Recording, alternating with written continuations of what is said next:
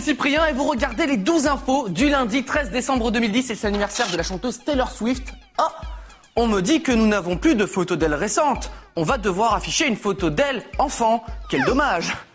Vous avez vu là, elle mangeait bien à la cantine hein, quand elle était gamine. Peut-être même qu'elle mangeait dans l'assiette de ses camarades, c'est possible. Tout de suite les breaking news. C'est chiant les problèmes techniques, hein. Dommage. Hein. La semaine dernière, à Nuremberg, l'équipe locale contre l'équipe de Dortmund, ça faisait trembler le stade. Et ce week-end, à Minneapolis, c'était la neige qui faisait trembler le stade. Et pas que.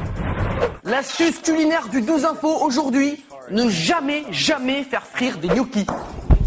Il y en a qui sont morts à cause de ça. Faites gaffe les mecs.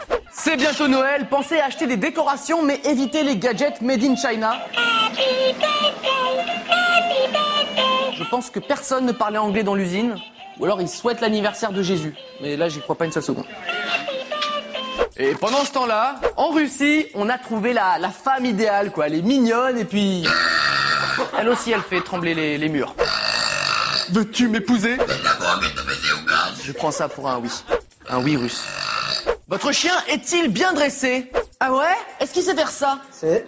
Bon, ok. Et ça aussi alors, j'imagine? Bien sûr, Ice. Bande de petits joueurs.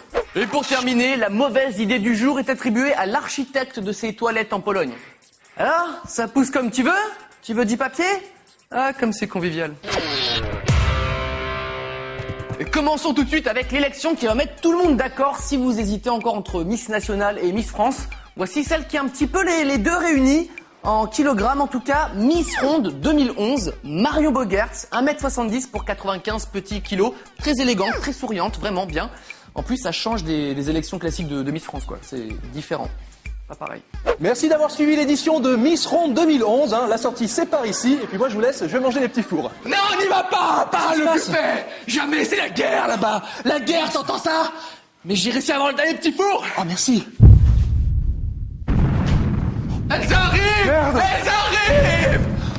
On continue avec une autre élection surprenante pour ne pas dire complètement inutile. Comme chaque année, depuis un moment maintenant, est élue la couleur de l'année. La couleur, hein. Et 2011 portera la célèbre couleur Pantone 18 2120.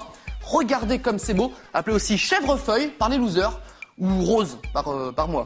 Puisque c'est rose, quoi. Y a pas à dire.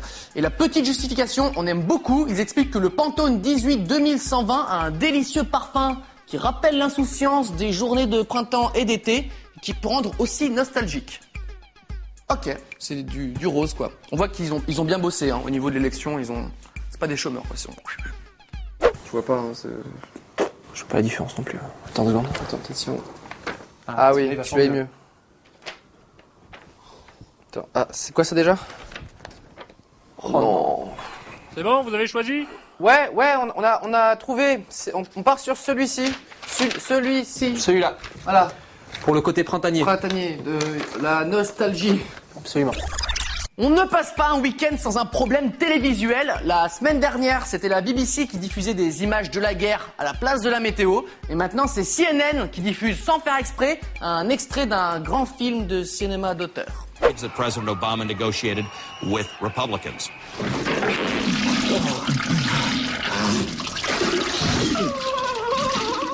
Dumb et Dumber, la scène la plus classe du film en plus. Alors autant la guerre sur BBC, c'est un peu un mystère, autant là je soupçonne un mec de CNN mater un film au boulot sur le mauvais canal. C'est ce que je me mettrais bien. Dumb et Dumber. C'est bon quand on dit les choses. Je me mettrais bien la sextape de Shakira. Magloire, Shakira. Quoi? T'as dit Magloire? T'as dit... Shakira. Non. T'as des goûts bizarres. Et pour terminer, l'info insolite du jour, il faut aller jusqu'au Brésil, dans une petite ville d'Amazonie, pour rencontrer Gisela. Gisela, un nouveau-né qui est sorti du ventre de sa mère en pesant 7,1 kg et mesurant 60 cm. Ça devait être un sale moment pour la maman. Et le pire, c'est que c'est pas le record. Le record, c'est une Italienne en 1955 qui a donné naissance à un bébé de 10,2 kg. 10,2 kg, quoi. Nous, on n'appelle plus ça un bébé, hein. C'est un bonhomme, un gaillard, quoi. C'est... Poussez, madame! Poussez! On y est presque, on y est! Waouh! Bonjour. Bonjour. T'as pas du feu, s'il te plaît? Si, tiens. Merci. Il est charmant, hein. Il est bien. Il porte déjà la barbe, hein. C'est marrant pour une fille, hein. Le 2 infos est terminé pour aujourd'hui. Attention, plus à droite. Oui, ils ont fait des travaux, c'est pour ça. Non, attention le trou. Attention le... Bien. Bravo, c'est le bordel maintenant. À demain. Il m'énerve les mecs, quand même. T'appelles qui? J'appelle le service des grues qui enlève les grues.